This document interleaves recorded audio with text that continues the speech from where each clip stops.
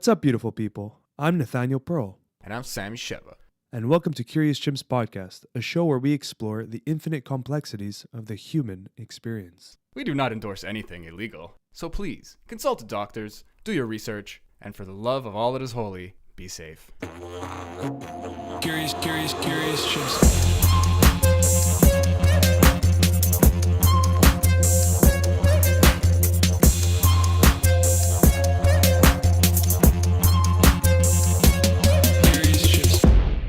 So everything's good? We're going? We're good. We're live. We're live-ish. We're not live. Great. Good to meet you both. Yeah, likewise, man. Great to meet you, brother. Thank you for doing this. All right. Yeah. I'm usually not up and active at this hour, so might take a little bit of time for the full spectrum of my personality to kick in. For our listeners that don't know, you are an artist. If you want to just give like a little intro to what you do, just so everyone can be on the same page. Well, what's my handle? My moniker.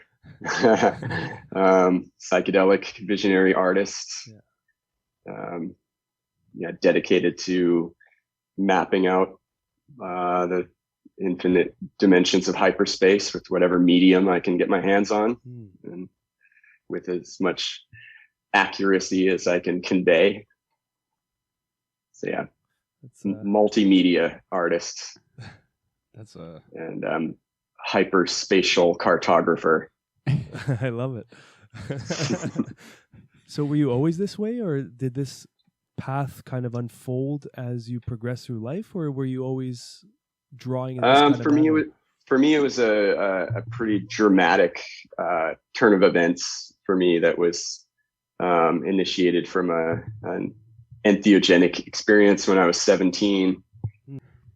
So yeah, I was on a particular path that didn't necessarily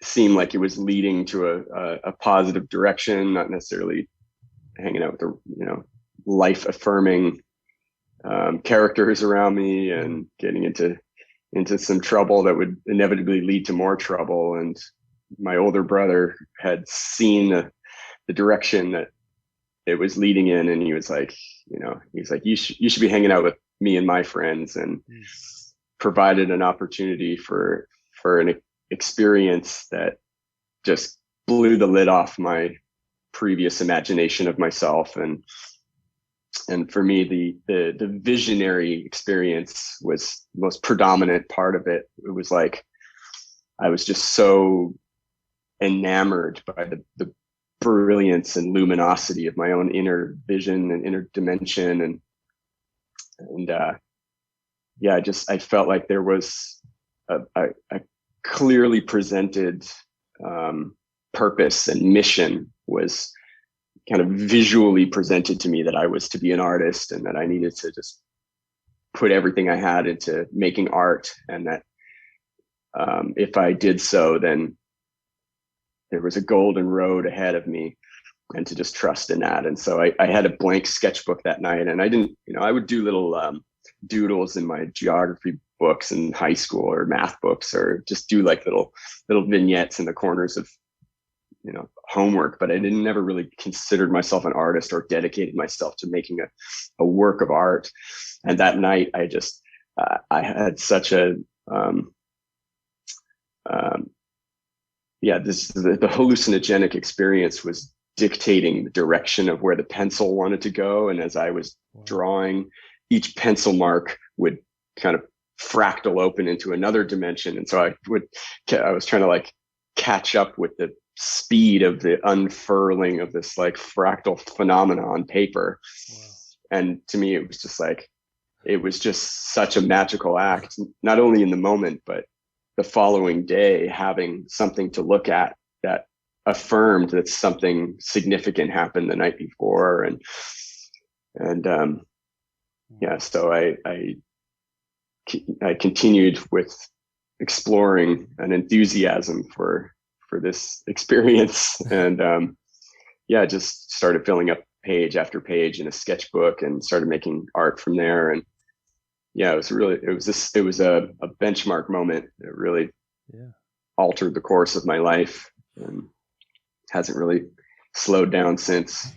That's wild. Did it kind of show you what you were capable of, or what was possible, or were you just kind of tracing what was being like? Well, I consider it a form of channeling, because there was a minimal amount of my own personality that was interfering with the process. I was just allowing something to happen and taking a step back and letting the witness take the steering wheel and just watching a process unfold that, part of my own personality was like, whoa, wow, look at that. Oh, look what just happened. Whoa, that's amazing. Oh, whoa, look at that. It was like, yeah. So just creating the space for that creative conduit that is expressing itself ceaselessly in all forms of novelty throughout all of existence. That's the creative impulse that is, defining the forward thrust of evolution and just like coming into contact with that current and creating a channel for that to move its way through unobstructed with minimal ego narrative defining what the process is. And to me, that was the magical act, because it was like some of the most incredible things would happen that I wasn't orchestrating or leading. I was allowing it to happen. And that was just, that really is like, it defines my operating system from then on. Yeah, it sounds like, you used the word interfere, like you with minimal interference, you said at the beginning, like you just got out of the way as much as possible. It sounds like someone like I've been following Paul Selig a lot, and he channels but like text, like words, and he describes it very similar to what you're saying. Like you kind of try to get out of the way as much as possible, because you're like this like you're let's say they're whittling some kind of drawing, like them, I don't know, this energy that you're talking about, this force, like you're this sharp knife, like you've done a lot of work to be a very competent artist, I'm sure, I assume. And so like you're primed for this kind of work, but like are all the paintings like this? Like, do you have this kind of get out of the way and it comes out of you? Or is that just more like that first instinct? No, there's all kinds of conditions that, it's not like there's a fixed baseline that's just always there, but for me, it's about, creating the condition as clearly as possible to, allow for that kind of unobstructed fluidity. So the end is the point, but the means are a bit chaotic, I guess. You just kind of do what you got to do. You show up all the time, and it happens. And I just over the years, I've found that by committing to that condition and allowing for that to be present, that's where a wider range of magical activity can occur, and in ways that can really amaze me, in ways that certain things happen that I didn't intend or plan, but develop into more and more,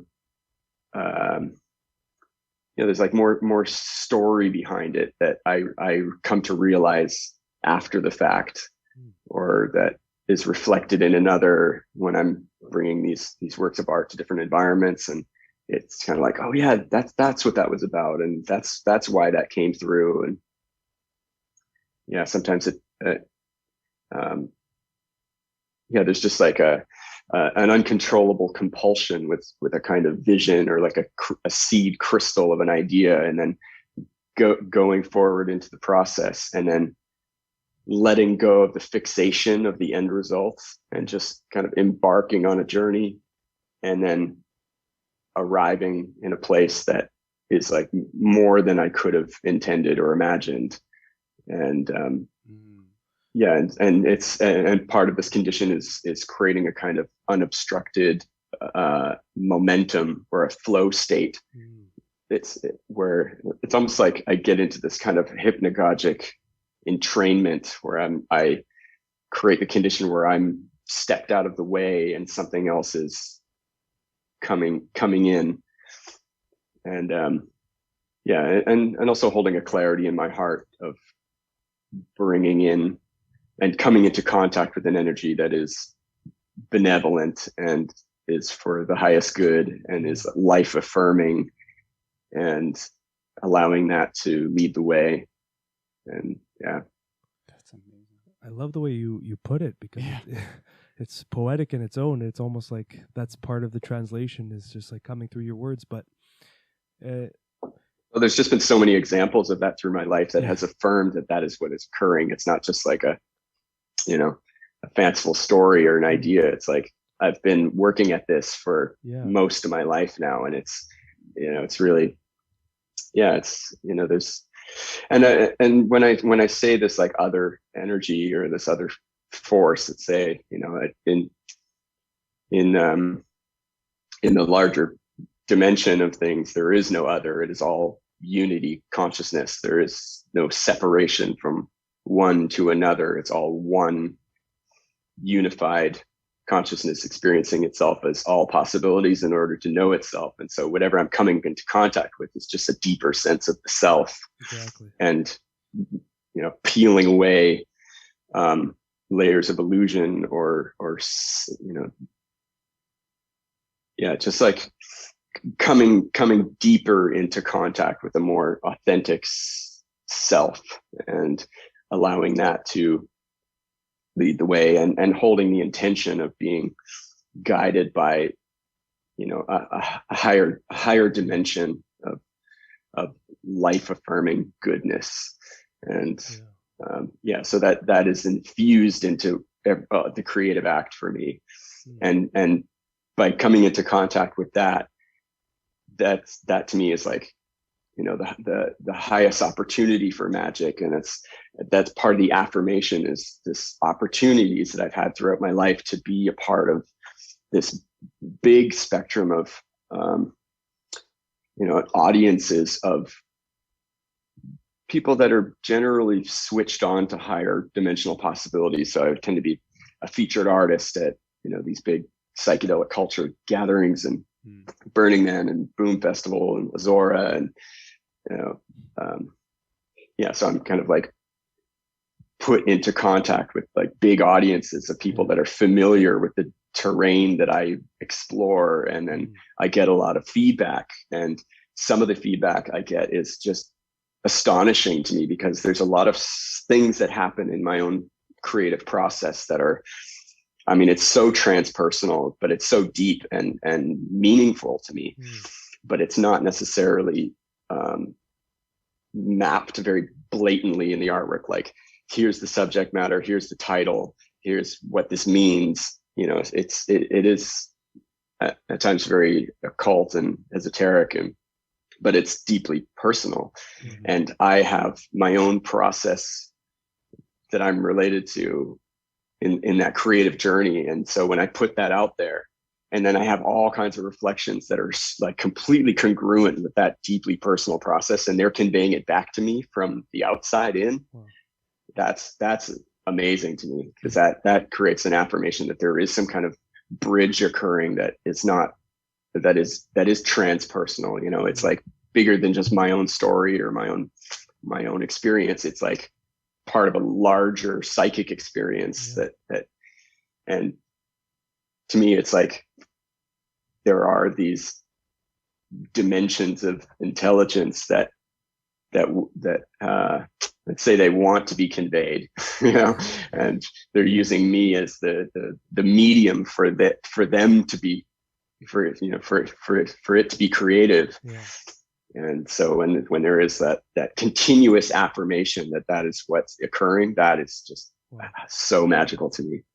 When you get into these states and you create, what kind of setup do you do? Do you have like a ritual that you kind of create beforehand, or is it just really like you get a download or a feeling and you just go in your studio or wherever and you just produce? Or is there like a ritual you kind of set an intention or something before you create? Yeah, I guess there's some variations of that. For me, it's just yeah, I mean, intention is a big part of it. I do have practices that I apply in my life that just keep my nervous system finely tuned, and that's just been part of the, you know, the fine print of this assignment is to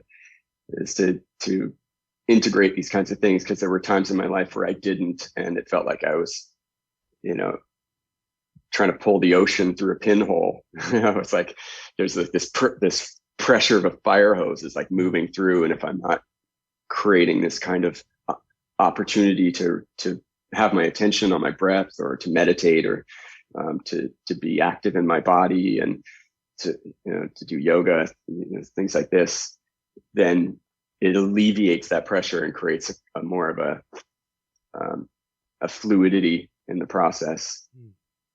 But yeah, it's also been about living my life in a way that allows for this process as a priority, to not just, this is not a side project. This isn't like a little, you know, a little swirling eddy on the side of the river. This is like, this is the river itself. And I have to devote everything in my life to this. And by doing so, my, you know, the experiences in my life have just been, you know, miraculous. It's an applicable term for a lot of the events that have occurred in my life, by just having my full attention on this. And yeah, so it's just been a kind of vibrational entrainment to just like be in close contact with this as much as possible. And when I'm in that kind of, when I'm in the process and really deep into it, there's a kind of momentum that starts to build. And if there's minimal interference in the process, then that's where it kind of locks into the groove, and then that ego narration has an opportunity to step out of the way, and certain processes are just happening that aren't being guided or directed. And I felt that I've learned more in my my adoption of technique, and being able to deconstruct certain visual phenomena in an applicable way, where I can see the sequence of events to arrive at certain visual techniques, has occurred from that process more than actively like looking at other work or studying it and breaking it down or trying to grok it in my mind. It's been, I've learned more from just being in that kind of momentous flow state, where it's just like, I'm just being fed information. It's just a certain, and you know, this is part of my operating system that has got really ramped up from when I was 17, and since then is I have a very heightened visual acuity. Like my internal viewing monitor is high fidelity, and I can, you know, if somebody gives me a description of something with a list of colorful adjectives, my holographic viewing monitor just rotates it in 5 dimensions behind my eyelids. Like I can really see things really clearly. And yeah, as is my dream state. You know, I go through, you know, waves of just multi-sensory dreams that have subplots within subplots, and have you know, in ways that I can retain and recall. So yeah, just, which is why this like initial entheogenic journeys were just so accelerating for me, and how I was just so enamored by that experience, because I was just like in this boundaryless, infinitely distant horizon space internally that was just filled with, you know, just really exhilarating content that I could interact with, and then bring back a little bit. Yeah, and then, you know, just like be able to just move my hand with a medium in my hand, a pencil or a pen, and just allow it to come through as it was coming through internally. It was very, very, very clear. That's so cool. You sound like, it sounds like you have this gift, you know, like this, like you're talking about this architectural level mind's eye, and like the going into these psychedelic spaces, is just like, for someone like you like, you see further, or you see more. You might see, like, you might just have this vividness. Like I was actually about to talk, I was about to ask you about dreams, and then you brought it up as I was thinking about it. It was this perfect little blip moment.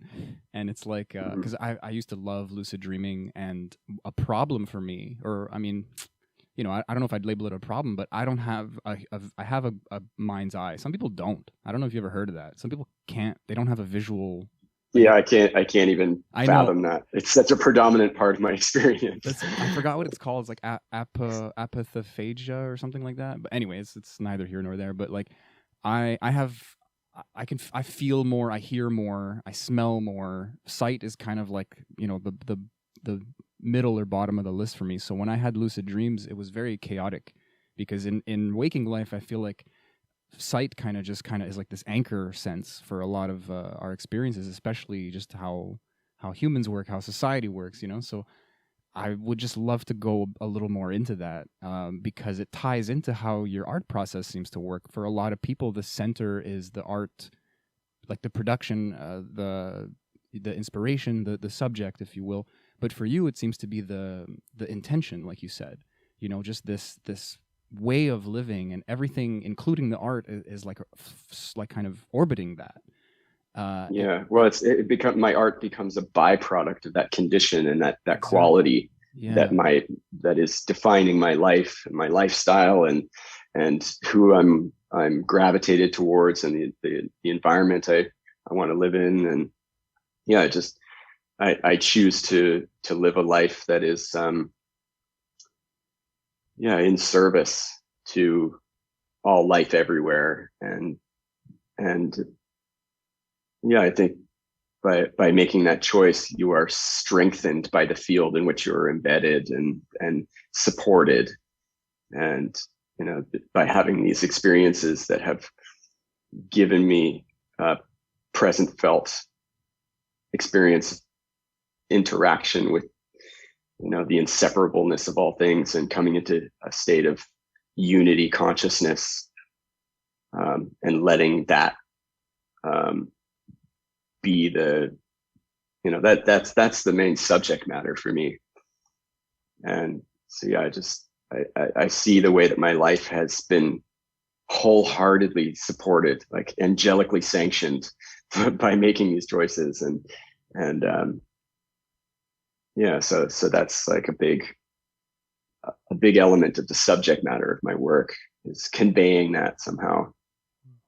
But like I said, it's not necessarily like, you know, people like Alex Gray, for instance, his work is very,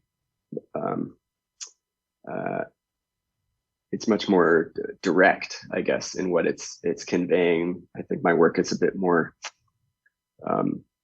esoteric, but it has that intention behind it. And so when, like I said, when I'm putting this out into these environments, and there are people that get it clearly, I mean, it's as intended, and it's recounted back to me with their own deeply personal interaction with it, that is completely the same as where I was in my own process. You know, it's like, yeah, for me, it's like leaving the door open to that quality and letting that come through. And yeah, and with that, you need to be really, I don't know, psychedelically responsible with what you're interacting with, and not be frivolous or leaving the way open for qualities of consciousness that are not necessarily the most benevolent or have our best interests in mind. You know, you have to be really, really like unwavering in what you're making allegiance with. And so I'm choosing the highest expression of angelic consciousness to, you know, be the subject matter, and, you know, the intention to be beneficial and to support life, and to uplift and create a space of vibrancy and life and alignment and purpose. And, you know, because that's such defining elements of my own life. And so my art is a byproduct of those elements. And so, yeah, I feel like by having these experiences, it's now my responsibility to bring that through. And yeah, so I found that there is an affirmation behind that by making that commitment to that that dimension of vibratory expression, I am strengthened and I'm supported, and my life unfolds in a way that is harmonious. And yeah, You make it sound like a duty, you know, like yeah, it does feel like that. Hmm. Yeah, there's been a lot of I mean, I've been working with plant medicines for good, I don't know, 18 years of my life, and that's been an incredible life affirming catalyst for me. And there have been a lot of moments in those spaces where there has been this reiteration of duty or an assignment that has been granted to me that I have to be dedicated to. Mm. And if I do so, then all is well. I'm strengthened. I'm aligned. I'm at peace. I am supported. I'm abundant. And yeah, if I squander that, then that can be taken away. And so yeah, I have to really be, keep my intention there. It's I mean, I'm bringing it back to dreams again. Like everyone I talk to, I'm meeting more and more people like you who are kind of just living by a truth. I don't want to use this word, but I can't think of a better one. Like almost blindly, like with faith or trust. Like you don't know how it's going to work out, but it keeps. Well, that's it. That's what you've got on your shirt there. the faith and trust. Yeah, it's right there. It's true. Yeah. It's well, so much of my experience has reaffirmed that continuously. That just it's like faking it till you make it. You just by just holding that that frequency in my own imagination of myself, then the world affirms it in experience. It sounds like magic. You're that's exactly what it is. Yeah. Well, it's like you're just riding the wave and you're not sure where it's heading, but you're just trusting that it has a destination in a sense, and then it just kind of unfolds in front of you as you go with that intention of that openness to see where it's going to go. And then it's like there's like that quote, it's like once you know the path unfolds in front of you or something like that. I forgot the exact quote, but it's like a path just shows itself as you're on the path. So it's kind of that's that. Well, I've had some really astonishing experiences throughout my life where and there's multiple iterations of this experience that just keeps bringing it back. It's just like it's really about this, coming into vibrational coherence with an internal principle and a right to be supported and the right to be at peace within. And by bringing your attention there, experience will validate it externally in the form of experience and people and characters and circumstances to just to affirm it. I mean, I grew up in Canada, and I spent multiple times. I used to do a lot of hitchhiking. I hitchhiked across the continent from coast to coast multiple times, and putting that to the test. Just not adhering to any imagination of myself that things are going to go wrong or it's not going to work out. And instead, I'm just like, it's going to work out. I'm going to get where I need to go. And just some of the circumstances that I found myself in were just like completely over the top, like just of all the possibilities and all the people and all the ways that could have worked out was just like, situations that could go really wrong in my life. I've had experiences where I'm just like, just curling my toes on the precipice of a potentially bad situation. And instead it turns out to be the best possible situation. And it's like, how did that happen instead of this one? Like how did it take this turn instead of that one? What was the condition that determined that cosmic plinko board from landing in one direction or the other? And for me, it was just the continual affirmation that it's all where I hold my own imagination of myself. And if I succumb to the idea that that terrible situation is what's in store for me, then that's a possibility. But if I'm like, no, that doesn't apply to me, I'm not here for that. I'm here for this. And it's like, oh, okay, wow, look how wonderfully that worked out.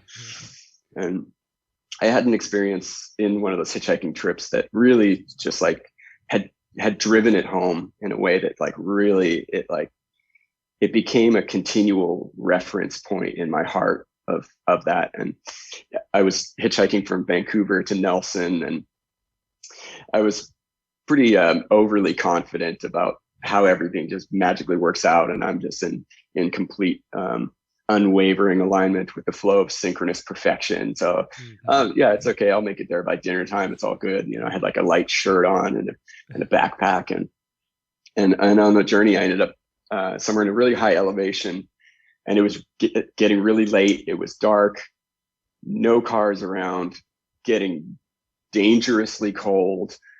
I'm having to really like reassess the situation, and like started to slide the other direction into like really doubting what was happening, and like, okay, I'm going to have to conjure up what minimal wilderness survival skills I have to like make it through the night until, I can basically, it was just like in between nowhere and really high elevation. And so I go down the side of the mountain off the road to try and like, I don't know, dig a hole in the side of the mountain to like get out of the wind. Wow. I was going through this frustration and all these different phases of this, of like, oh, okay, this is not a good situation. And then eventually I had no choice but to just go deep inside and just consult with that highest intelligence that is orchestrating all of this. And I just, I let go of all of that investment in like negative emotional output and just like consulted with that space. And I was like, okay, I accept, I allow, this circumstance is absolutely perfect as it is. And I thank you for my life and for this opportunity, for all that I've experienced thus far. And if this is what's in store for me, then I accept. And I just like, and by swinging the pendulum in that direction, it just started to swing further and further in until I was just like, just engulfed in this a cocoon of gratitude was just like enfolding everything, and I was just no longer concerned with the circumstance. I was just like, gratefully present in the moment. And then I heard some, and before this process, I was like going up and down to the road to get, because I think a car is coming and then it's gone. I'm like, okay, got to go back down. It's like, what do I do? Do I stay down there? Do I stay on the road? What do I do? That was part of the frustration. And then after just invoking this condition, there was like a audio hallucination on the road that brought me up to the road just in time for this truck to pull around. And it was one of my friends from Ontario that I went to college with that's driving through mountains in the night, and he sees me and he's like slams on the brakes like, what are you doing here? And it's like 10 minutes down the road, I'm sitting by a fire eating roast vegetables and drinking whiskey wrapped in a wool blanket and just like reminiscing of our time in Ontario. And it's like, of all the possibilities, this is where it ends up. And to me, that was like so much a byproduct of that condition that I allowed in, that opened the way for this other channel to occur in the quantum probability matrix. That I may have missed that opportunity if my attention was in this alternate direction of frustration and anger. Yeah. It was like, no, by just like bringing it back to a place of heart-mind coherence, the quantum probability opened up to the highest possible outcome, because it was vibrationally aligned with my own highest possible outcome. Yes. And so for me, that was just like, wow, there it is. That's what it's about. That's where my attention needs to be, and that I don't need to invest energy in anything but the highest possibility. Oh, wow. So it comes down to that choice of which path you want to take in the moment. And you could have went down that fear pendulum that you were talking about, swinging the opposite direction, and you would have missed that synchronicity that was there and that was happening. It's just that you aligned with it as it was occurring, but you could have very well aligned in the other direction too. And it's really comes down to the personal choice that we all have. And that's the beautiful part of it, is that when you do take these choices out of love and gratitude, things just line up, man. These synchronicities happen so often. I can't recall a specific moment, but it happens so many times when I just change my alignment and my mindset. All of a sudden things just become so much more effortless and connected. And it's just like, that's the truth, that's your personal truth you're aligning to. It's amazing. Yeah. And I've come to understand that the world is not as solid as we think it is, and that, we're not as fixed by a sequence of causality as we think we are. It's like every possibility in intelligent infinity is all simultaneously occurring in an ever-present now. And it's just like, where is the compass pointing? And so many variations of this. And I have put that to the test. And so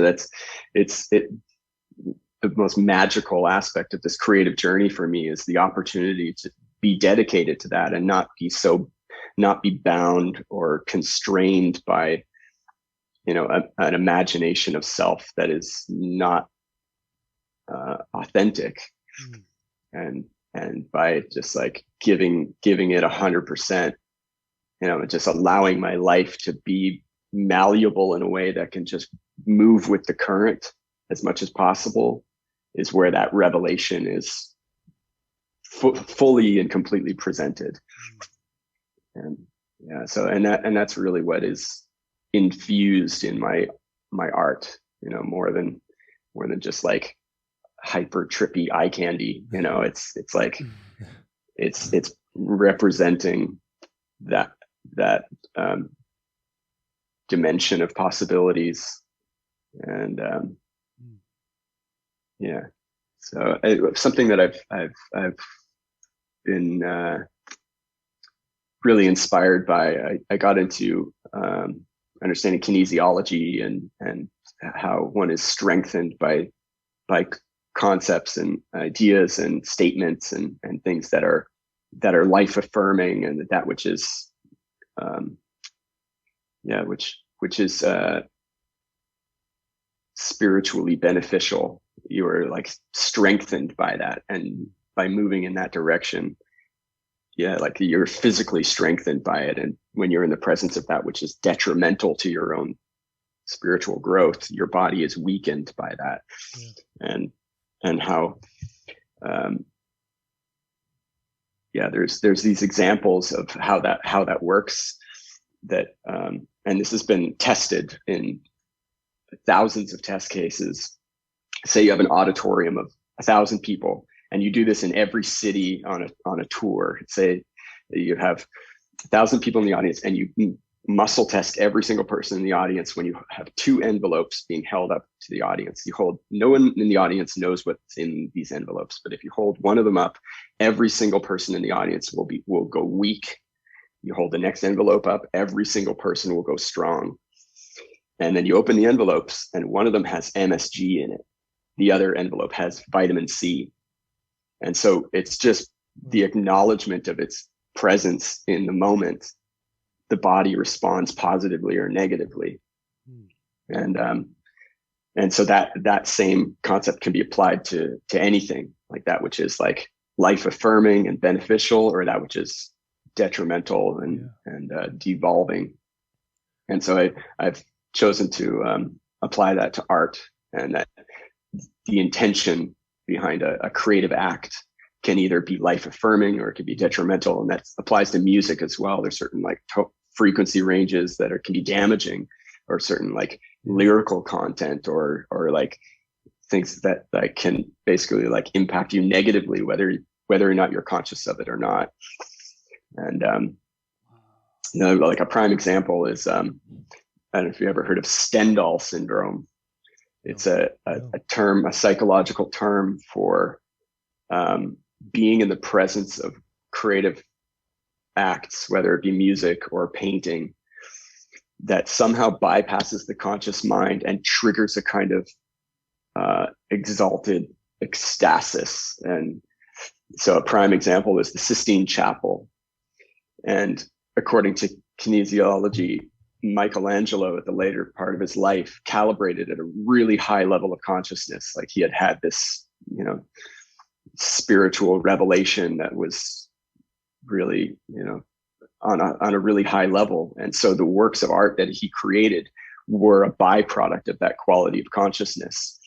And so people in the presence of that work of art, if they're like basically like receptive enough or have enough of that ego narrative removed, then that quality of consciousness is forever anchored in that work of art for all time, all space, all viewers for eternity. It's like a kind of anchor point that of like a tuning fork is just like placed in space time. That is the that expression in consciousness. And so there, people in the Sistine Chapel upon viewing it can go into just like complete ecstasy. And this has been recorded for centuries. And same for like Beethoven, and Bach, like the later part of their life, having these kind of spiritual revelations that then was infused into their music. And so that has triggered Stendhal syndrome in people. And so that really influenced me in a way that it's how important it is to have that kind of intention behind a work of art, and to create the condition as clearly as possible for that work of art to be an anchor point for that quality of consciousness. So you're blowing my mind. You're influencing me. Well, I'm in the mind-blowing business.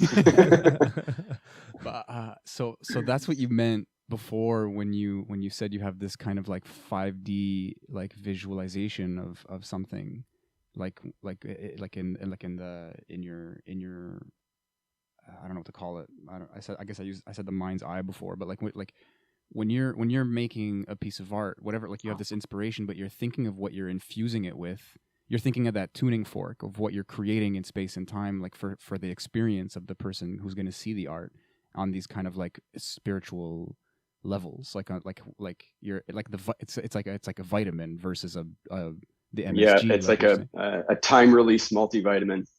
Yeah. So it's like you're wow. Oh my God, my brain is dancing. The possibilities are endless. Like you're giving someone. This is really cool. Like the fact is that it's working too, because so many other artists are going to say like I create something and they don't have these things in mind, and they have this physical level of art that's created, and then they go that's released out into the world, and then the people watching the piece of art are going to give me things that I didn't think of, and then they allow that. That's their process, that's their journey. But you're doing the opposite. People are coming back to you saying, man, I'm looking at this piece of art and I'm feeling this. And then you said earlier that's what you intended. So you're and sometimes it's so specific. It's not just like a vague, broad kind of thing that they're sharing with me. It's like really finely tuned, like pinpointed to something that's so synonymous with my own process that I would know. And they're like, yeah, it triggered this, and I like had this experience, and it made me think of this, and like this was my process with this work of art, and I just want to let you know that like, I had this experience. And I'm like, yeah, that's pretty much exactly what I experienced when I was creating it.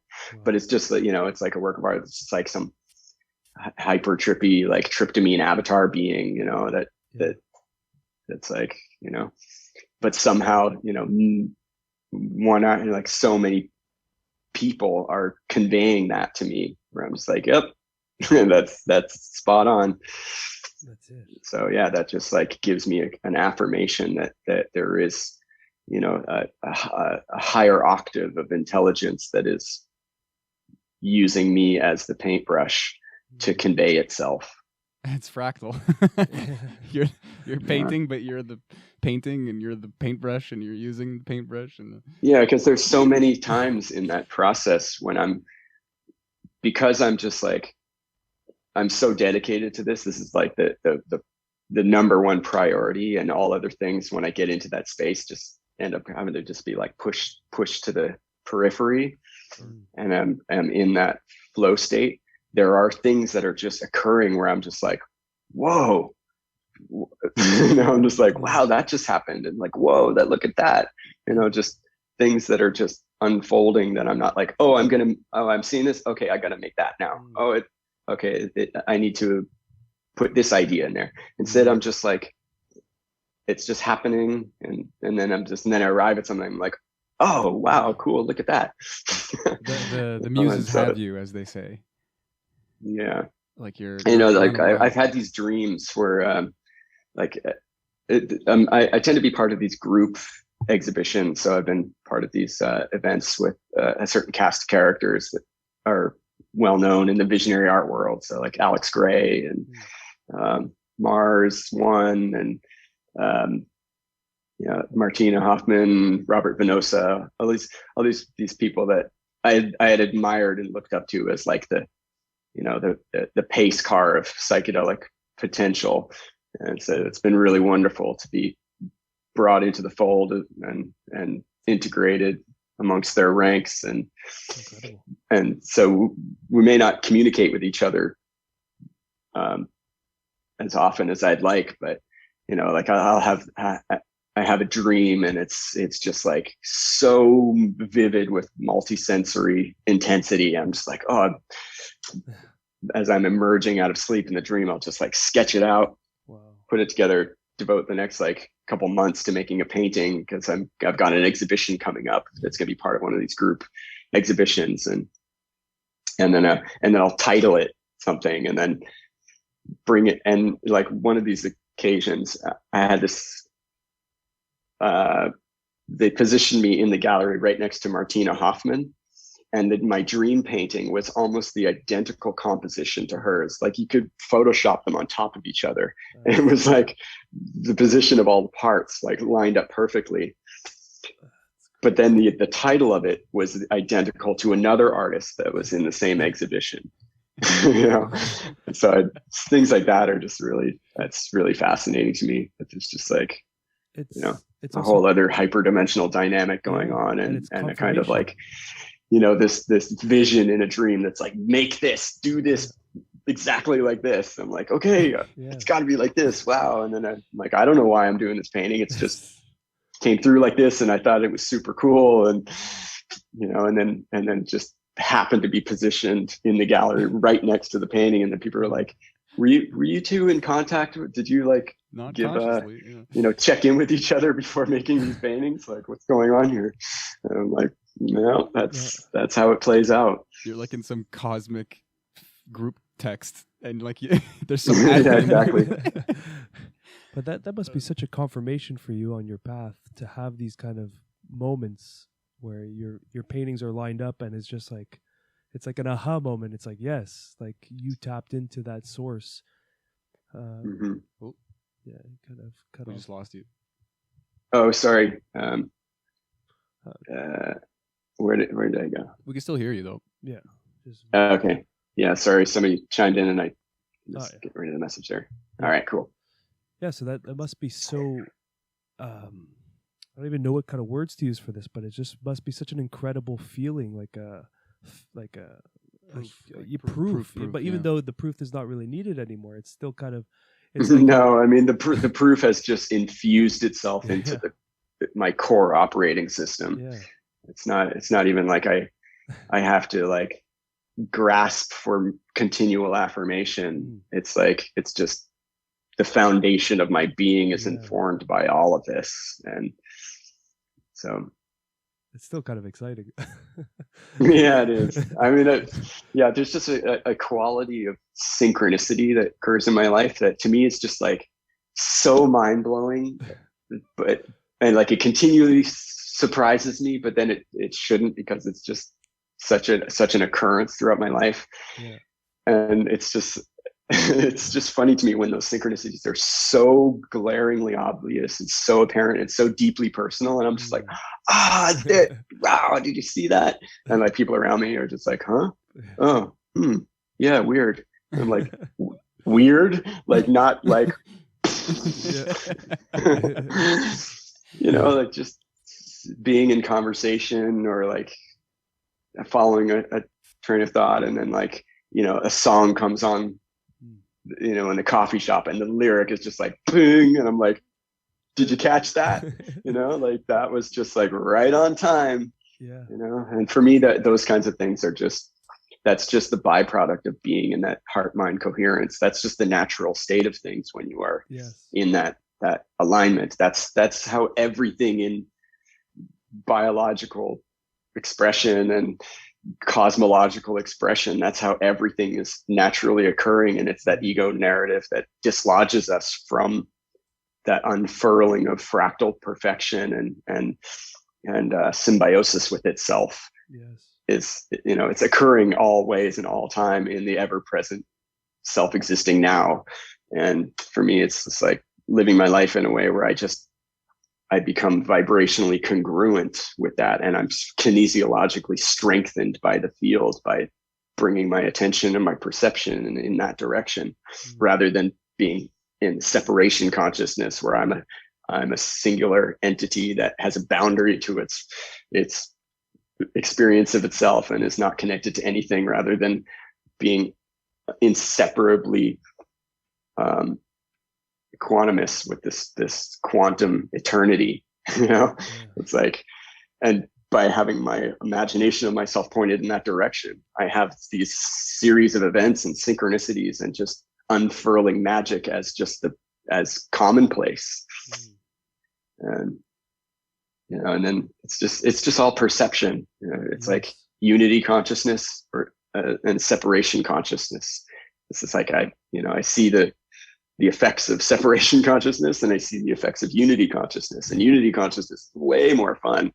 So I'm just gonna like keep a daily practice to bring my attention there and treat my art as a spiritual discipline that expresses that. You got a way with words, man. I gotta. It's part of it. It's part of this whole thing. It's just you make it sound like it's wizardry. It's like God is. It's like God is dreaming a guy who's making art, and you're aware of that. Well, essentially, yeah, that's exactly what's happening. And I'm dreaming up the version of you that is experiencing itself through me in this moment. It's like. And all of that back and forth forever. It's like, unity experiencing itself as every possibility that it could exist in order to know itself. And and then it's like bringing our attention there and having our eyes open to that, and then having life experience just shuffle and shift to accommodate, to reflect that, to accommodate. I have a question. I don't know how off topic this veers, but I'm just wondering, when you go into a plant medicine ceremony, whatever plant medicine it is, I'm sure you've done ayahuasca, you speak about plant medicine.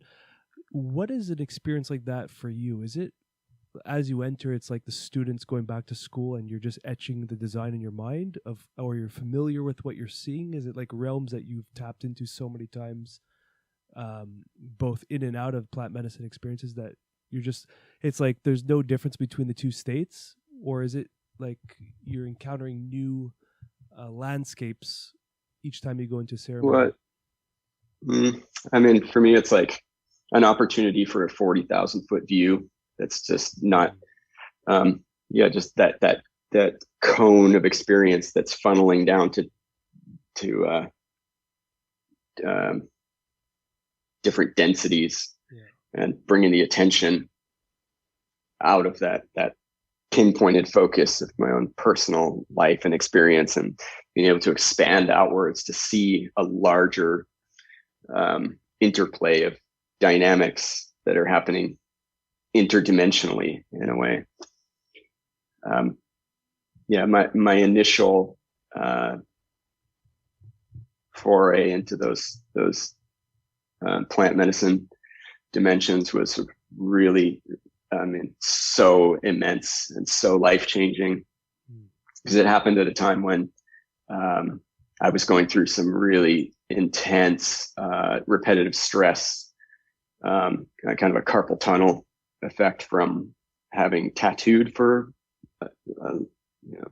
years and years, and it was like had just like progressed to this point where I had no choice but to stop tattooing, but I also had to go through some like deep therapy to be able to just get back to my own artwork, and even holding a pencil was challenging. And so it triggered a real like existential despair that I was kind of like a dam had broken of existential despair.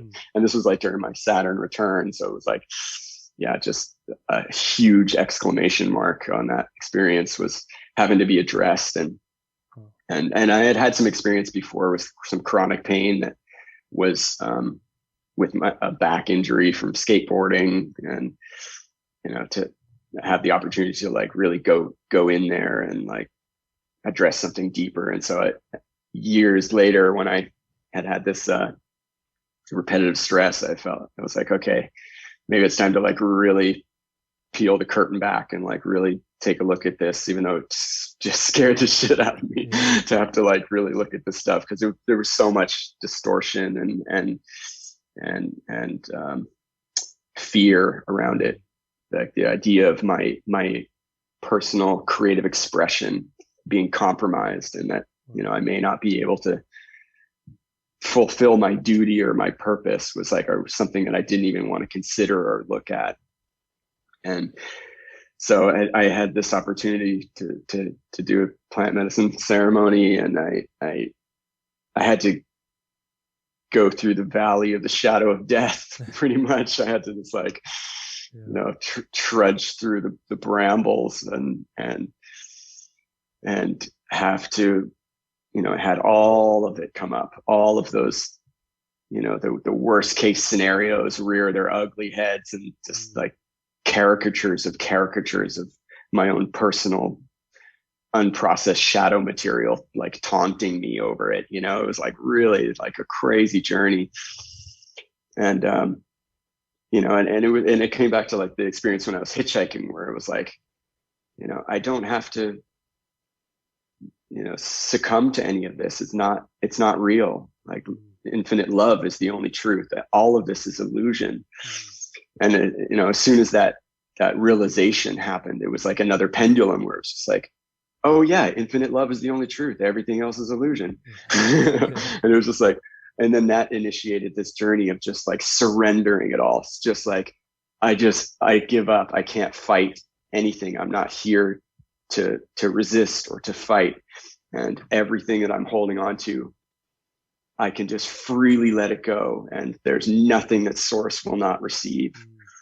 And it was just like, I surrender, and just like completely let my vice-like grip, that white knuckle grip, just like dropped. And I just like, skydived out of that pain. It was like, and and it was like all of those taunting, unprocessed shadow material just became like increasingly absurd caricatures of themselves that just were fighting to maintain supremacy over my own imagination of myself, until it was just like absolutely ludicrous. And then the embodiment of that shadow, that darkness, it was like it took its mask off and revealed to me that it was actually this angelic presence that had disguised itself as my shadow in order for me to let go, and to have no choice but to let go. Like there's no other way around it. It's like, if you hold on, you're just perpetuating and prolonging the pain. But as soon as you surrender and you let go, you realize that the perfection was there the whole time. And it was like this shadow just like completely folded itself inside out and became this illuminated angelic presence that was awaiting me on the other side of this chasm to just like welcome me and just like nurture me back to health, and just like whisper the most life affirming poetry sweetly into my ear, and just like repair me on the other side. And then as I looked into my body, and I could see inside the muscle fibers of my arm and into the cartilage and all of this pain, and I could see that there was like like visually there was like a kind of wire frame was gripping around the fibers, and it was written in this like self-defeating language, this kind of like, all of this self-imagination that was like the opposite of divine spiritual sovereignty. It was like, and I could see that it didn't belong to me. It was part of the condition of humanity that was written in there, and that this angelic presence was taking me deeper into that, and from the inside out was like allowing the light of pure love presence to just come into the picture and just dissolve all of that self-defeating matrix language, to just loosen its grip and to just like allow it to just dismantle itself with love instead of fear. The fear was like coming in from the outside, and the love was deconstructing it from the inside. And it was all about just surrendering to that and allowing that to occur rather than directing it. It wasn't like, okay, I'm going to make love happen. It's like, no, just love is the foundational structure that is, underneath all the shadow. It was like, it was a really powerful experience. And so in that vision of encountering this angelic presence, I was like, wow, just like, thank you beyond measure. Like, how do I honor this experience with the ability to even begin to convey this with art? And I'd been tattooing up until this time, and it really kind of like took over my whole creative process. Everything was kind of filtered through the language of tattooing. And so I had deviated from my own, hyper vision possibility. And so when I went through this journey, and I was like interacting with this expression as like, as another, as like a higher octave of intelligence that was inseparable from my being, but it was clearly a sentient intelligence that was interacting with me.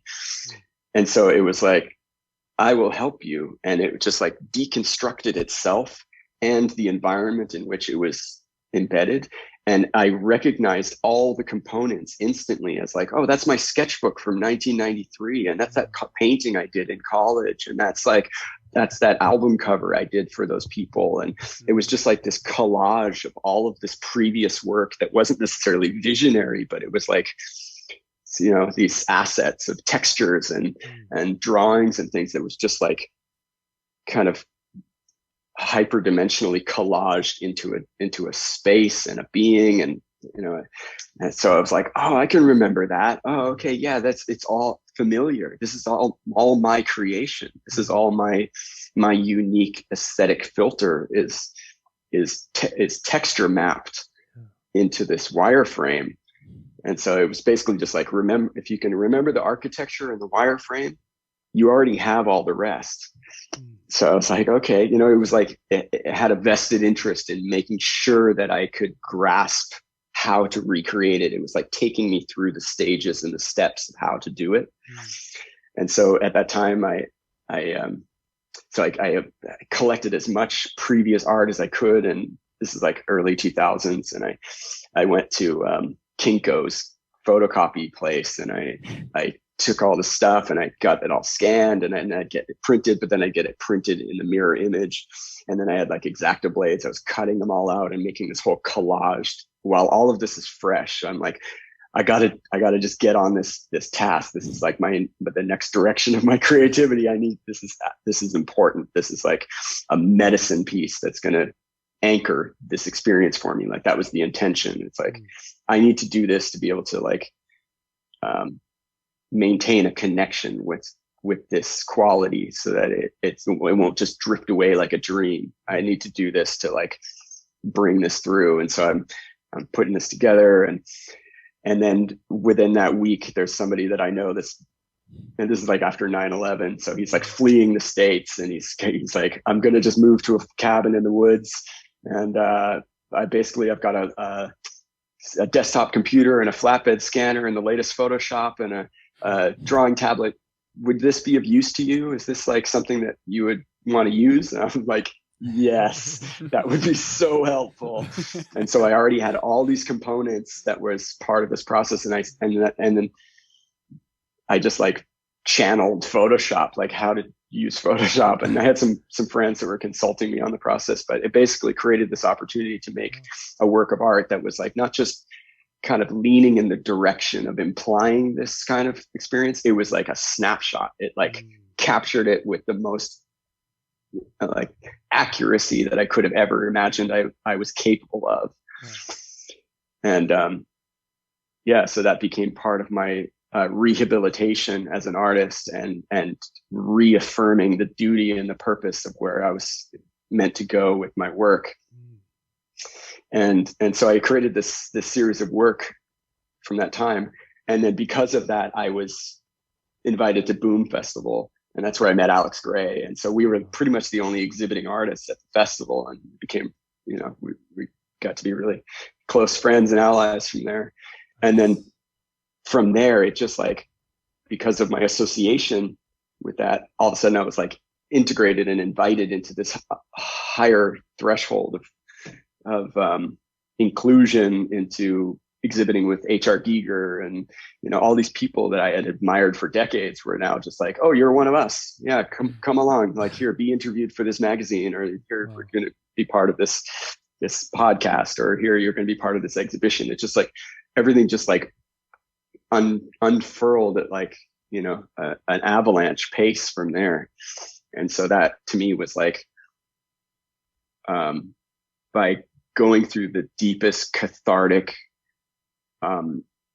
transformational process and just surrendering all of that pain to source, everything just like completely rearranged in the quantum field to reflect that new imagination of self. And it just like, oh, now this is your life now. Like you've graduated from all of that self-imposed illusion. Now this is what's in store for you. And it was just like, oh yeah, there it is. It was like I was saved by this medicine it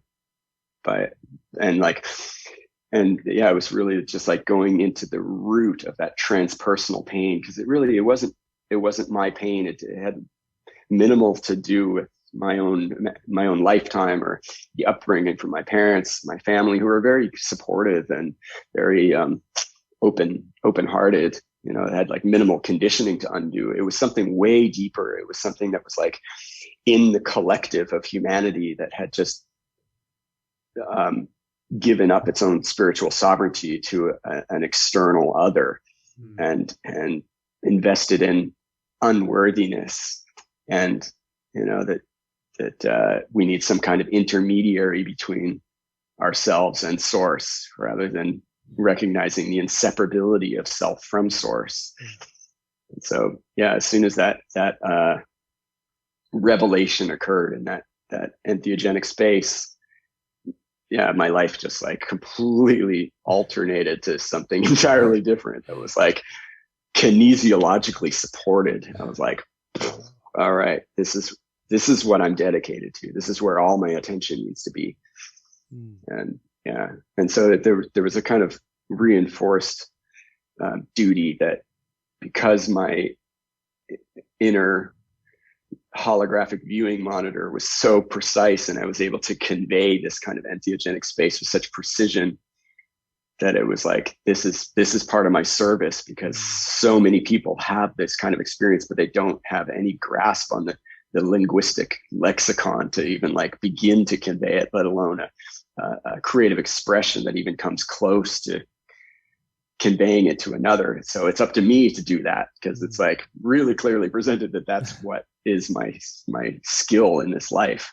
And that's like, and there's an affirmation that happens for a lot of people, because they're just like, wow, like I had an experience that was so transformational to the core, and you just mapped it out exactly as I experienced it. And so thank you for doing that, because I don't have that. So you are the version of me that did that, so that I don't have to.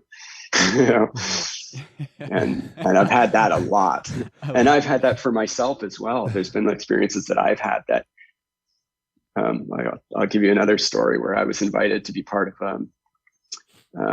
a peyote church meeting with some native people in California, and it was like no messing around ceremony with these native elders, and they're making pulling all the embers of the fire into these thunderbird beings, and all of the protocols are all like really rigid, and they've got these like elaborate exquisite beaded feather fans, and it's just like, yeah, it was a really exquisite ceremony. And I was with a friend of mine, and I got this vision that was so clear. I was like, oh my God, this vision is like, if I just spend the next 10 years on this painting, this is pretty much all I'd have to do before I check out of this lifetime. And so I'm like describing everything about it. And, it's got this crystal skull in it, and it's got this calendar in the pyramids and this whole thing.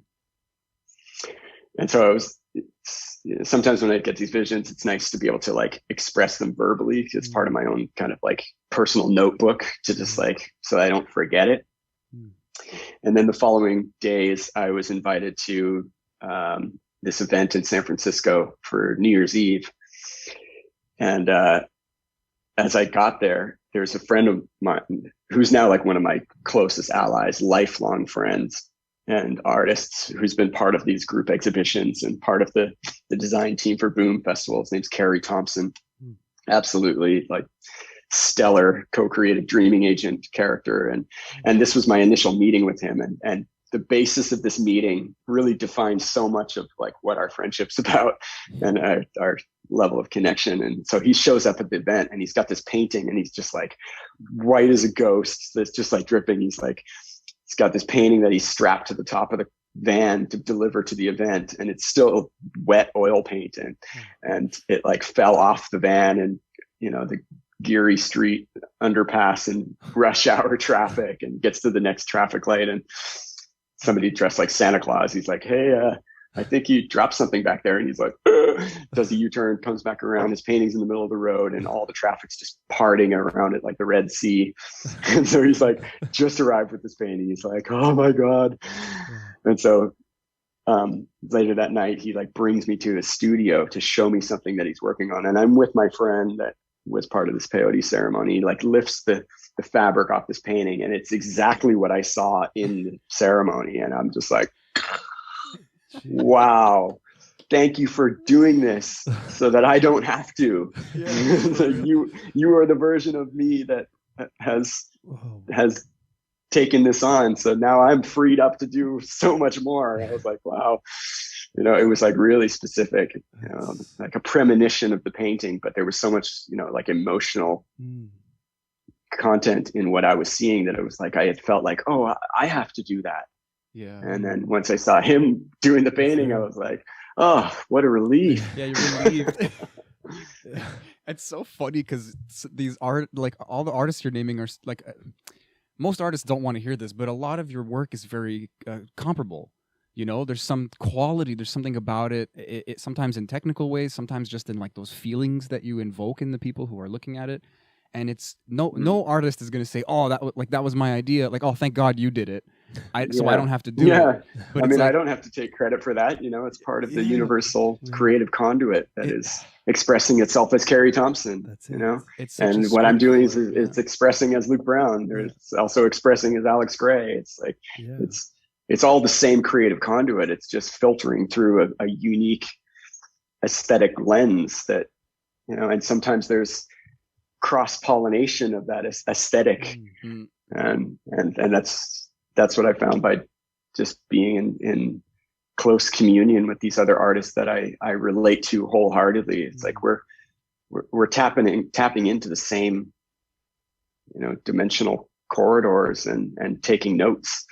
Yeah, you're the note takers. Like I said, I don't have a very visual experience.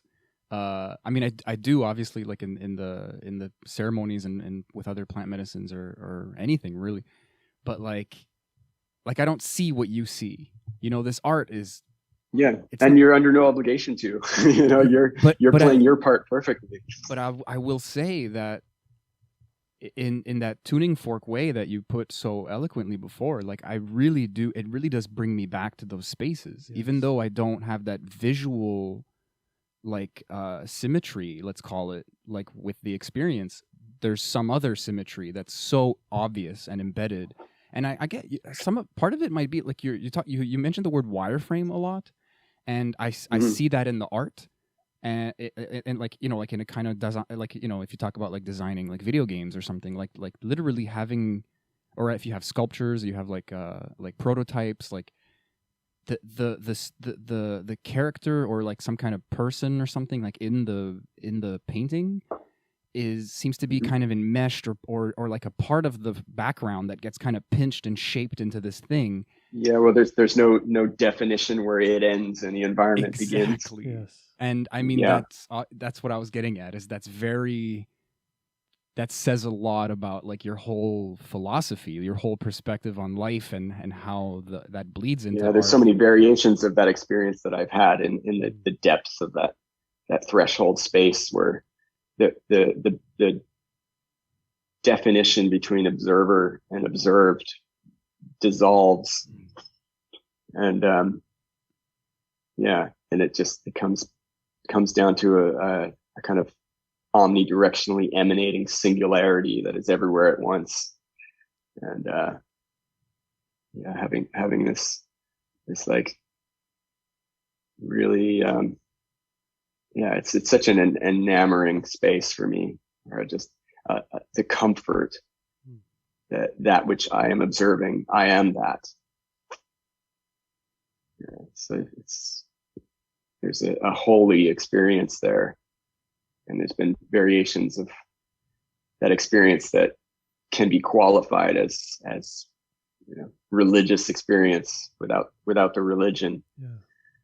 But it's something that has just restructured the foundation of my operating system and given me an opportunity to rest comfortably in my own body and in what I'm here for, and that, you know, to suffer unnecessarily is not my MO. You know, that I have the right to thrive and to be my most vibrant, healthy expression of self. You know, that's available to me if that's what I want. And if that's what and so and that's what's been presented to me through my creative process, and my creative output has provided this kind of opportunity to come into alignment with that understanding. It's so cool. I'm so thankful. I'm so thankful for people like you and all these visionary artists that you named, that we are gifted with this opportunity to see a snapshot of these deep realms, and that just by looking at some of your depictions in your artwork just brings you back to that feeling and that source. It's just such a blessing, and hearing you speak about it, just your words and how connected you are to that source, you bring me back to ceremony, to that space, just by hearing you describe the intricacies of your vision and what came out of it. It's just, the gratitude is just pouring out right now that I came across. Wonderful. Gratitude is an incredible medicine. It is, and, man. You know, forgiveness, compassion, and gratitude are just like one of the most empowering tools we have in our toolbox. You know, and the more that we just bring our attention to those principles, the more strengthened we are kinesiologically, and by doing so, life experience just changes to accommodate, to reflect that back, to reinforce it, because it's the foundation of the fabric of reality. You know, love is what is orchestrating all of this, and by just bringing our attention there, it's like our muscles go strong in the presence of that. And it is true. There's just so much of my life that just has just presented that in sometimes in the most comical ways. It's just like, duh, like obviously, you know, the total cosmic joke, like gut wrenching laughter version. You know? It's just like, it's so simple. It's so simple. It is so simple. It's just because the love is the foundation. There is nothing needed to add or subtract. It is just there. But everything in between, nothing to accept or reject. It's just there. But everything on top of that is nothing to defend. Yeah, everything on top of that is our attachments and disillusions and illusions that create this sense of complexity when it's really that simple. It's just like it's just the love. Yeah, it's like it can't be that simple. It's got to be more complex than that. No, it is. But that's the funniest thing after a psychedelic experience. You come out of it just like shaking your head, like fuck. It was just that easy. It was just that simple. It's like everyone's reaction when they come back from it. They just laugh at themselves. Hopefully, yeah. There's sometimes you there's resistance even after the ceremony, you know, like at first, but you just keep going closer and closer to that idea. Like you have these kind of out of body experiences and start living this out of body life. And that can be scary because we have this ego thing that wants to be and wants to fight for its right, like you said, but there's none of that. You just end up in this bigger body, you know, like there's no fear. There's no fear necessary. And it's hard to convince people. Fear is for the uninformed. That's that's perfectly put, man.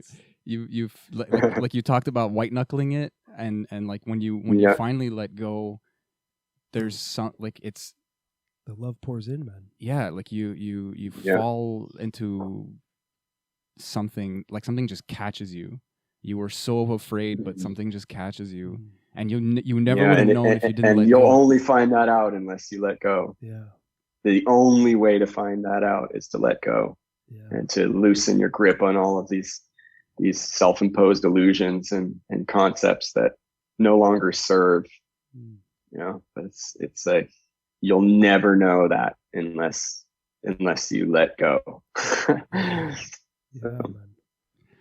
Wow. And like I can explain that as fancifully as I can, you know, possibly express, but you know, it's all a personal experience that'll get you there.